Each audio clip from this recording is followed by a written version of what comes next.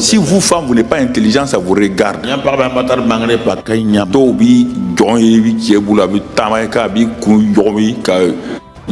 Sois l'esclave de ton mari, il marche sur ta tête et puis dit c'est moi le chef, c'est moi le chef. Un chef qui n'a pas été qui a été incapable de sauver sa femme. Quand sa femme est séduite et tu dis tu es chef de quoi? Petit malin tu fais aujourd'hui là. Quand Satan parlait à ta femme, tu as parlé. Quelqu'un vient faire la cour à ta femme pour séduire. Toi tu as arrêté, tu regardes. Quand il a fini de séduire ta femme, la chose avec laquelle il a séduit ta femme prend ça et te donne, tu manges. Et tu dis, c'est moi le chef. C'est moi le chef. Tu es chef de qui? De rien. Regarde ce que Dieu dit de toi. Genèse 3. C'est vous qui avez été séduite dans le jardin d'Éden. Mais vous n'avez pas péché. C'est pas la femme qui a péché, c'est Adam qui a péché. Ou bien, grand théologien Bamouni, c'est la femme qui a péché. La femme a été séduite. Il dit un seul a péché. Dans tous les livres de Romains, tu as entendu deux ont péché. Qui a péché? Un seul. Et c'est qui? L'homme. Bon. Parce que l'Africain a baissé tellement la femme que même il ne tient même pas compte de ce que Dieu a dit. Il ne tient pas compte de ce que Dieu a dit. Comme sa tribu maltraite les femmes là, même ce que Dieu dit là, il trouve que sa tribu est supérieure à ce que Dieu a dit. Dieu, pour montrer que la femme n'a pas péché, dans Genèse 3:15, il va donner les punitions. Il va donner les punitions. Si vous, femmes, vous n'êtes pas intelligent, ça vous regarde.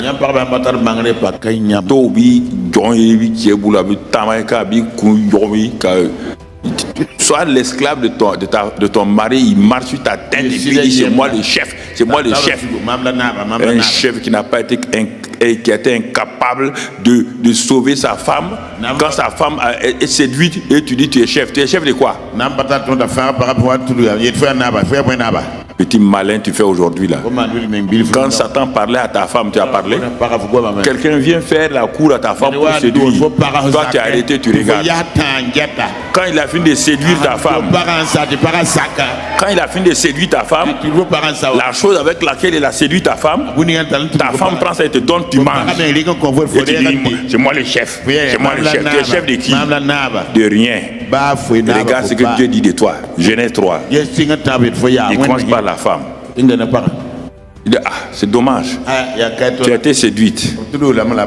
Ta sanction? Le type là, il va devenir sur toi. Deuxième sanction, tes douleurs de l'enfantement seront élevées.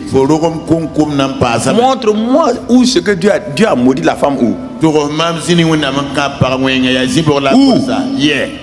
Traditionnaliste. Où est-ce que Dieu a maudit la femme? Mais là, c'est pas fini. Moi j'aime Dieu parce que c'est un justicier, il aime rendre justice. Il dit femme, le serpent est là, Adam est là, la femme est là, les animaux sont là. Il dit femme, bon, tes sanctions physiques sont, c'est ça, mais spirituellement, il y aurait une guerre entre toi, ta postérité et la postérité du serpent. Ne t'inquiète même pas. Ne t'inquiète pas. Le serpent ne fera que te mordre ton talon. Il peut rien. C'est ton talon là qui va mordre. Mais toi, ta postérité là, va écraser sa tête. Montrez-moi dans la Bible où Dieu a dit que l'homme, la postérité de l'homme va écraser la tête du serpent. Montrez-moi dans la Bible. Continuez à le pousser à monter. Il prend, quand il sera là-haut, quand on va lui donner les récompenses, toi tu vas être portier. Il ne te connaît pas. Au ciel, il ne te connaît pas. Il dit, hey, bien-aimée sœur, au ciel, il n'y a pas de regroupement familial. Mais regardez, Maintenant, il se trouve vers le serpent. Il dit, bon, ok, tu as fait ça là. Tu as entendu ce que j'ai dit, hein? Ta tête sera, ta postérité de ta tête sera écrasée. Et désormais, tu ne peux pas te tenir debout, hein? Je te transforme en reptile qui rampe sur le ventre. Il se tourne vers l'homme. Il le regarde. L'homme baisse la tête. Il dit, ne baisse pas la tête. Hein. Je t'ai établi chef du jardin, de veiller sur les jardins. Tu étais incapable de veiller sur les jardins. Quel genre de type tu es? C'est pourquoi aujourd'hui encore les hommes n'arrivent pas à veiller sur leur famille. Ils n'arrivent pas à veiller sur leur famille. Il dit, bon, ta sanction là, ça sera la grande sanction. Hein. Il dit, ah bon? Tu vas manger à la sueur de ton front. À cause de toi, je maudis le sol. Le sol que j'ai maudit là, et c'est toi qui dois cultiver pour enlever. Et c'est à la sueur de ton front. Et les ignorants disent aujourd'hui que nous devons manger à la sueur de ton front. Mange à la sueur de ton front. Moi, je ne mange pas à la sueur de mon front. Moi, je mange dans la faveur divine. C'est les gens du monde qui vous disent et puis vous acceptez ça. Chacun doit manger à la sueur de son front. Ils ont pris ça. Ils ne savent même pas. Dans Genèse 3, c'est une malédiction. C'est pas fini. Dieu dit, la grande sanction pour toi,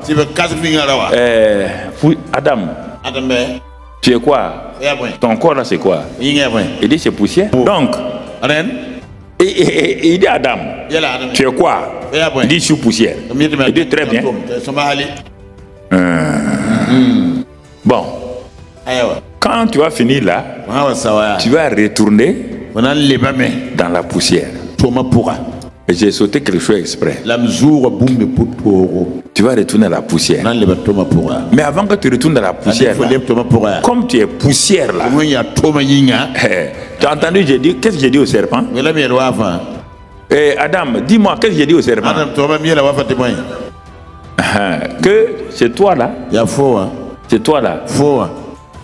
Que Satan va manger. Parce que le serpent va se nourrir la poussière.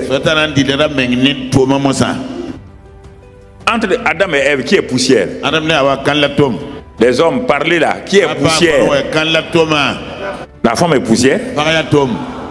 Le serpent veut manger la femme. C'est pourquoi Dieu a placé les femmes pour nous garder, garder le dos, garder tout.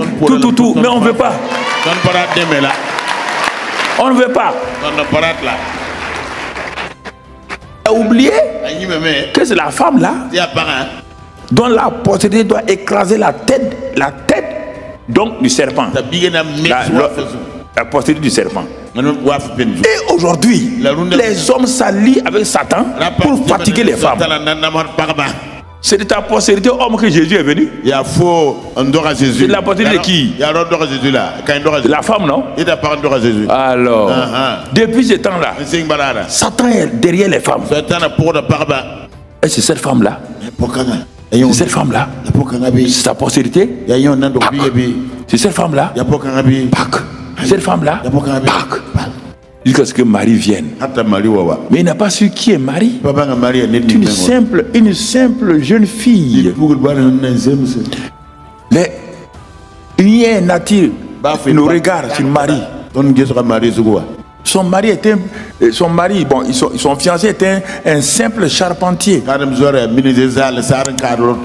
Satan dit non, c'est pas cette femme-là qui veut, dont celui qui doit écraser ma tête là va venir. Mais pourtant c'est ça. Depuis ce temps-là, Dieu cherche des femmes humbles. Des femmes humbles. Qui reconnaissent le mari comme le chef, mais qui savent qu'elles ont un rôle important pour aller de l'avant. Mon frère, ma soeur. Dieu dit que c'est la femme, sa postérité. Et vous vous dites que dans l'église là, la femme ne doit même pas parler. Si une femme ne parle pas, une maison peut vivre.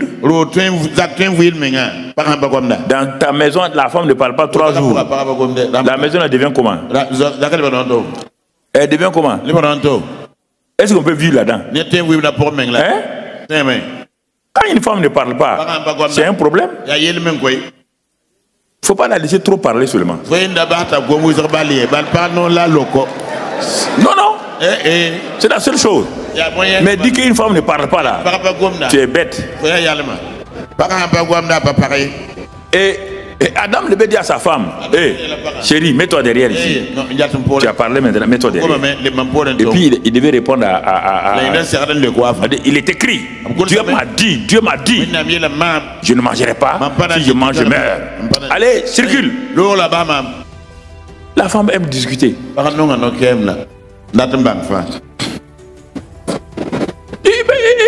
Non, écoutez, une femme va venir te demander, chérie, qu'est-ce que tu veux manger aujourd'hui? Qu'est-ce que tu veux manger? Dis-moi ce que tu veux manger. Quand elle te dit ça là, tu dis que bon, tu veux manger du riz gras. Sinon, moi j'avais prévu du benga pour toi.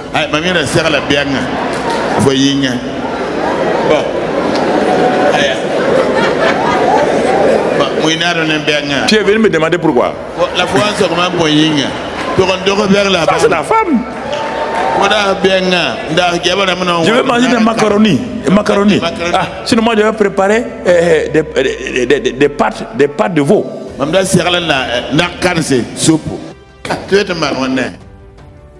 C'est pas ma femme, hein?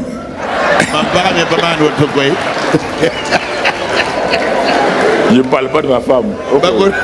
Voilà. Certaines fois, tu dis, maman est comme ça alors. Maman n'est pas comme ça. Voilà. C'est toi qui es comme ça.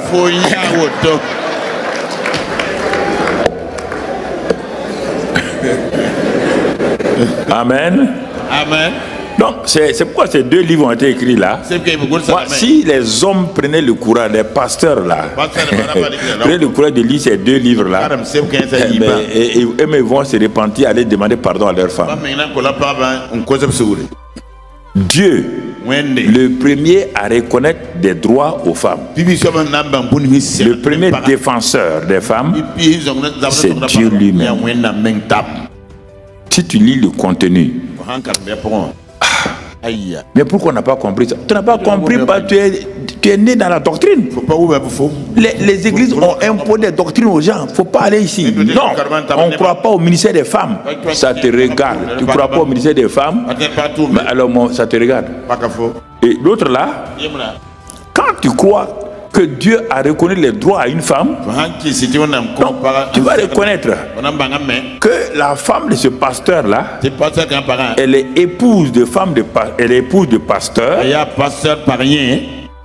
Comme le mari, il ne comprend pas ça là. Comme le mari est père de l'église locale, la mère de l'église locale c'est qui? C'est ta petite soeur, hein? C'est ta tante. La femme du pasteur, la mère de l'église locale, c'est la femme du pasteur. Pourquoi c'est vous qui voulez diffuser la doctrine des missionnaires et Dieu vous a donné l'intelligence? Le Saint-Esprit est venu habiter en vous. C'est ça le problème. Moi j'ai un ministère de livres. Je n'ai jamais écrit un livre. Pourtant, j'ai 40 livres. Qui a écrit? C'est elle. Je ne me suis jamais assis pour écrire un livre. C'était en moi. Mais Dieu l'a amené. Et cet aspect du ministère qui me manquait là, si j'avais dit non, les femmes ne font pas le travail de Dieu. Assois-toi, fais-moi la cuisine. C'est bon. Assois-toi. Mais aucun livre n'allait sortir. Et quand j'ai vu ça maintenant, j'ai dit, La manière dont je t'ai vu quand on voyageait partout là, et tu aides les églises pour les familles et tout. Il faut écrire des livres pour les familles. Elle s'est lancée dans ça. Et actuellement, partout en France, à Brazzaville, partout en Côte d'Ivoire, les livres là, au Canada, les livres là circulent partout. Mais il y a des gens, quand quelqu'un d'autre écrit quelque chose, ils ne veulent pas. Ils pensent qu'on gagne l'argent là-dedans. Voici ma femme, me voilà. On n'a jamais pris un franc dans aucun des livres. On ne prend pas l'argent. On ne veut pas bouffer haram. Jamais pris un franc là-dedans. Ça ne nous intéresse pas. Si les gens lisent, ils sont bénis. C'est notre joie. Notre joie. Ça fait partie du ministère du CIEMIA. Donc, à partir de ça, si tu veux continuer à garder ta femme esclave, ça te regarde. Garde l'esclave. C'était tout juste. Quand une maman veut donner Nivaquine à son enfant, l'enfant va prendre Nivaquine. On met un peu de sucrerie. Quand on a mis l'enfant fait, on pouvait. Il avale la Nivaquine là. Donc on va venir à la Nivaquine maintenant.